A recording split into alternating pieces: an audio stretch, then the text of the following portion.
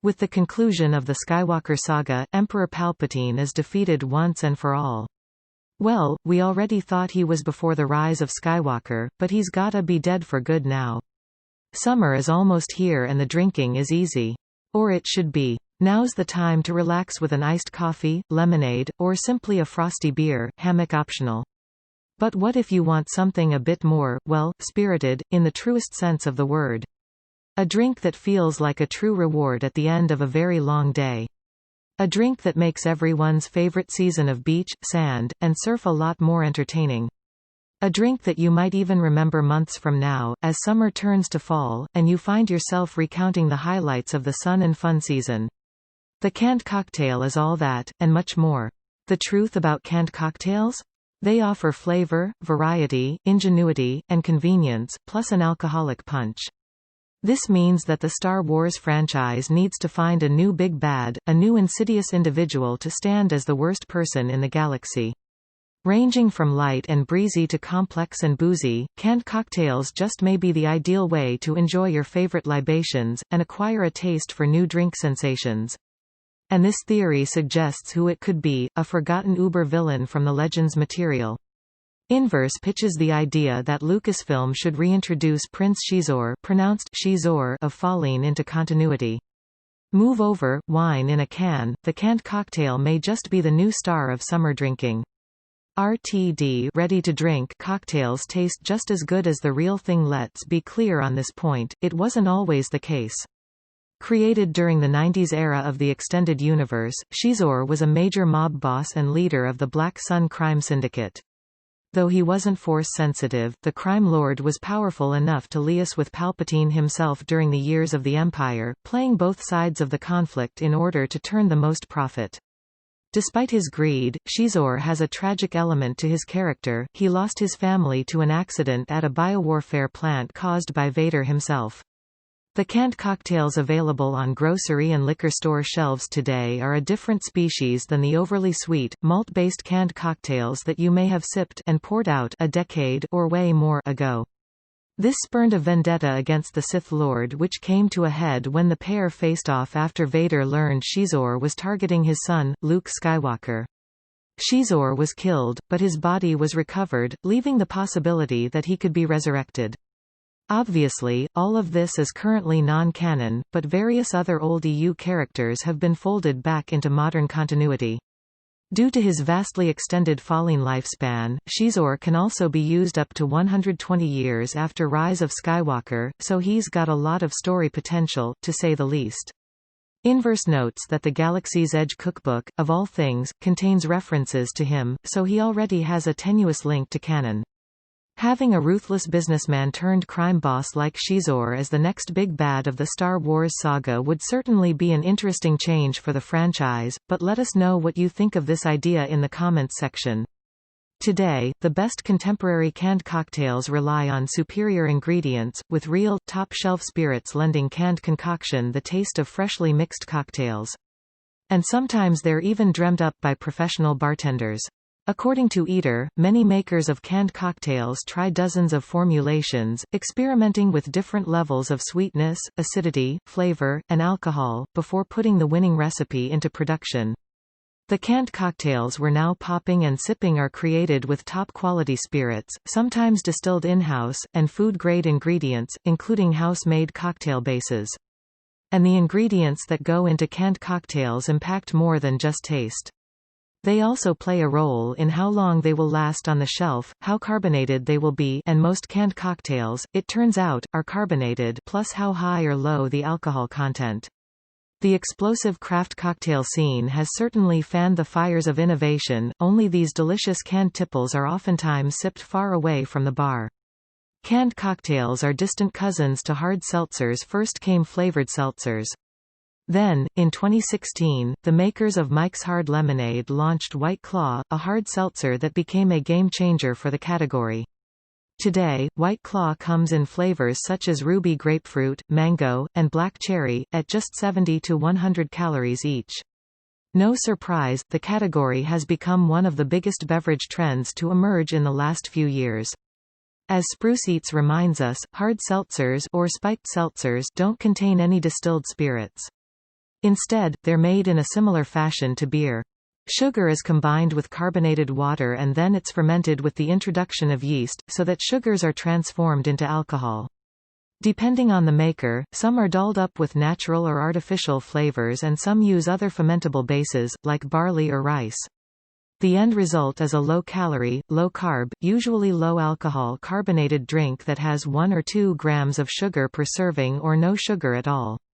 And while a hard seltzer can certainly be enjoyed alone, it can also be a great base for experimentation, maybe adding, say, a shot of liquor. Portability is a major part of the canned cocktail success. Let's say you've invited your closest friends to a picnic in the park. A picnic where alcoholic beverages are part of the menu. As you pack up the sandwiches and salads and reach for the thermos of lemonade and a bottle of vodka, a light bulb goes off. Why lug all the fixings for drinks when you can just grab something far more convenient, say, a few 4-packs of your favorite cocktail? As Saveur reports, accessibility and portability are some of the most appealing things about beer, and the same goes for canned cocktails. They're very mobile. You don't have to sidle up to a pedigreed mixologist at your favorite watering hole to enjoy a sophisticated, booze-laced cocktail, or rely on your own subpar shake and stir skills. Whether you're at the beach, on a yacht, or at a backyard barbecue, all you have to do is reach into that cooler and zip open a cold one. A glass with ice is optional. And no bar cart necessary. 2019 was a banner year for canned cocktails. If the choice of canned cocktails seems to grow every time you duck into the liquor or grocery store, it's not your imagination. RTD cocktail varieties are proliferating by leaps and bounds. The freedom to enjoy cocktails in as many settings as beer drinkers, plus the convenience and portability of cans and other vessels, including boxes, Tetra Pak, and bottles, have contributed to rising sales in the ready-to-drink (RTD) arena of adult beverages, according to a report in Forbes. Spirit and wine-based RTD cocktails, usually sold in smaller size packages, engender larger sales, with $62 million in annual sales for spirit-based cocktails, and $83 million for wine-based concoctions. And in 2019, both types achieved sales that were almost 40% higher than the previous year. Nielsen also notes that single-serve canned cocktails are hitting the spot for people doing any number of activities, from cooking on their backyard grill to chilling at the pool or exploring the sights on vacation. Entrepreneurial companies introducing new brands, and longtime brands venturing into new directions, are all fueling the category with innovative, standout concoctions, that were once only available at the bar, but are now the drivers behind a brand's success. The ingredients of canned cocktails are top quality and sometimes unusual, with novel combinations piquing consumers' interest. Creative companies are raising the bar for both innovation and the caliber of ingredients. Now that most everyone's tasted a perfectly made craft cocktail, there's no point in taking shortcuts. When it comes to unprecedented ingredients, the Copenhagen-based distiller, Empirical Spirits, just might take the cake. The spirits business notes that the Danish company sells one lightly carbonated iteration, called Cano 1, based on a spirit made from beet molasses and Belgian saison yeast, and flavored with a host of ingredients: milk oolong cold brew tea, toasted birch tea, gooseberry spirit, cold-infused gooseberry juice, Douglas fir spirit, and pomelo zest spirit. Cano 2 uses the same spirit base, adding flavors of cold-infused sour cherry juice, sour cherry spirit, Keeman black tea cold brew, blackcurrant bud spirit, walnut wood tea, walnut wood spirit, pine cone kombucha, and Macau pepper spirit. Pushing the boundaries? That may be an understatement.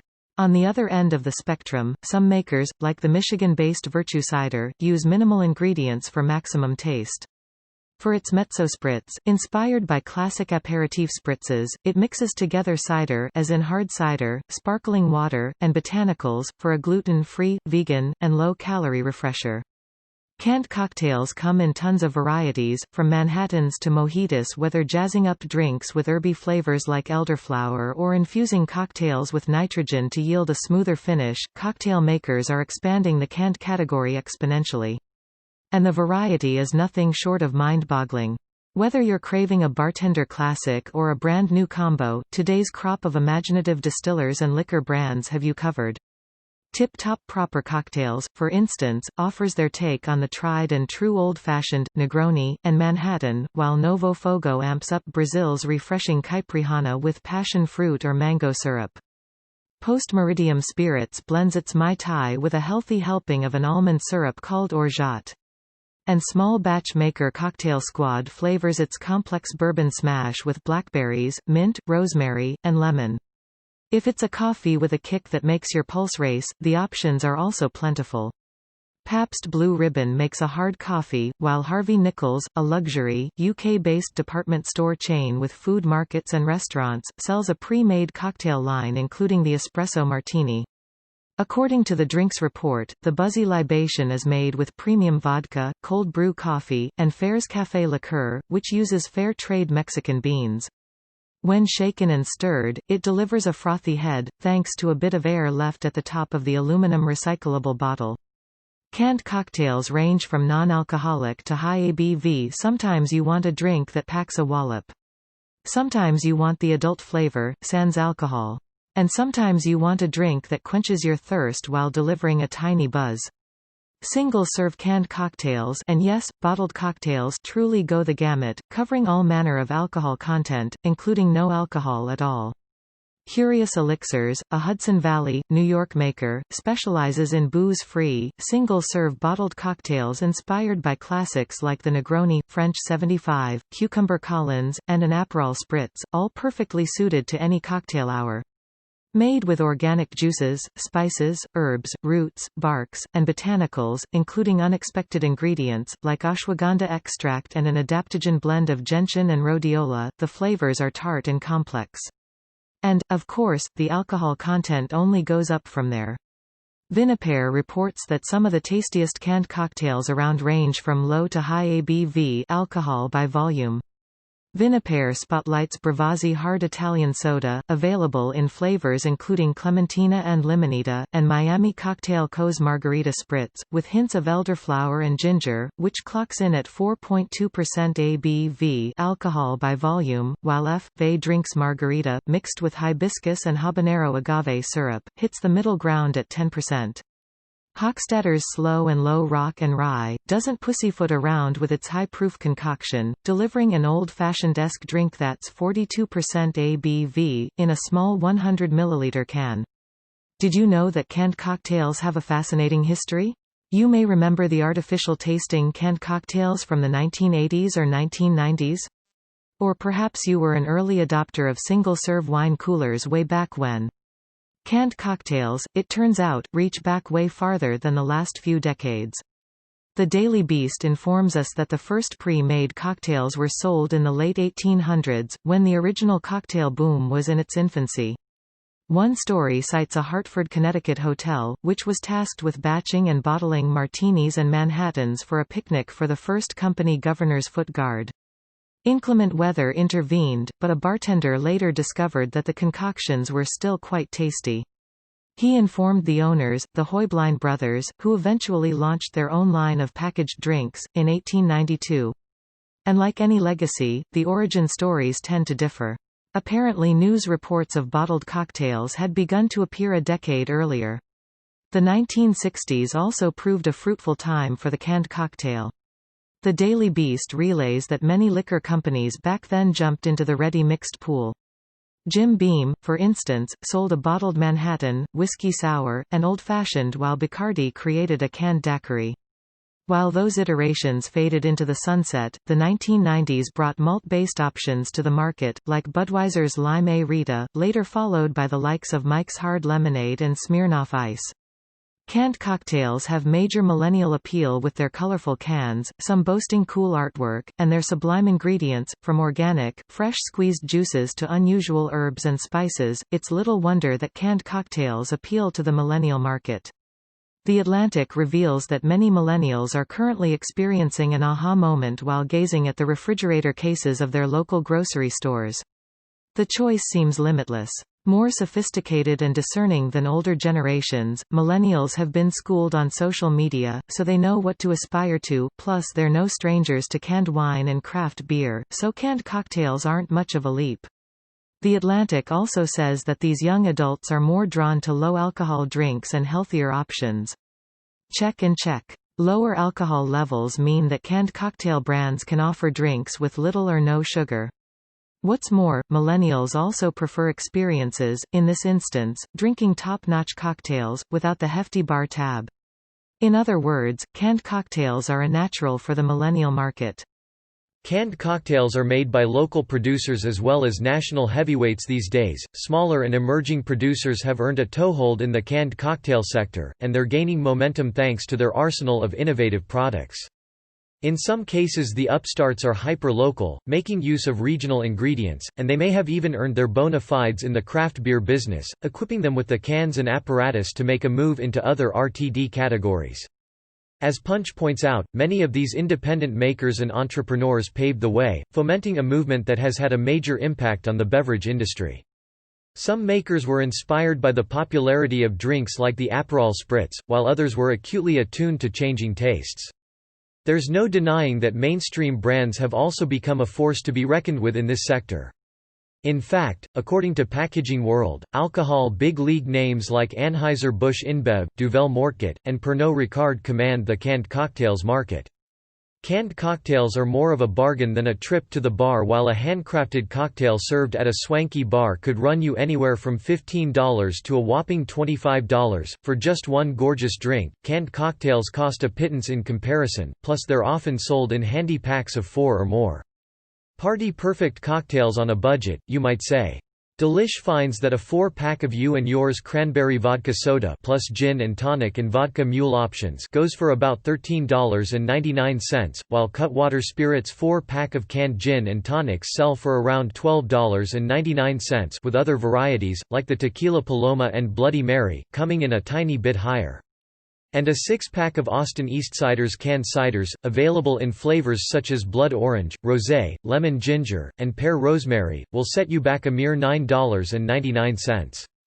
Livewire's collection of bartender concocted canned cocktails retail for around $5.50 each, reports the LA Times.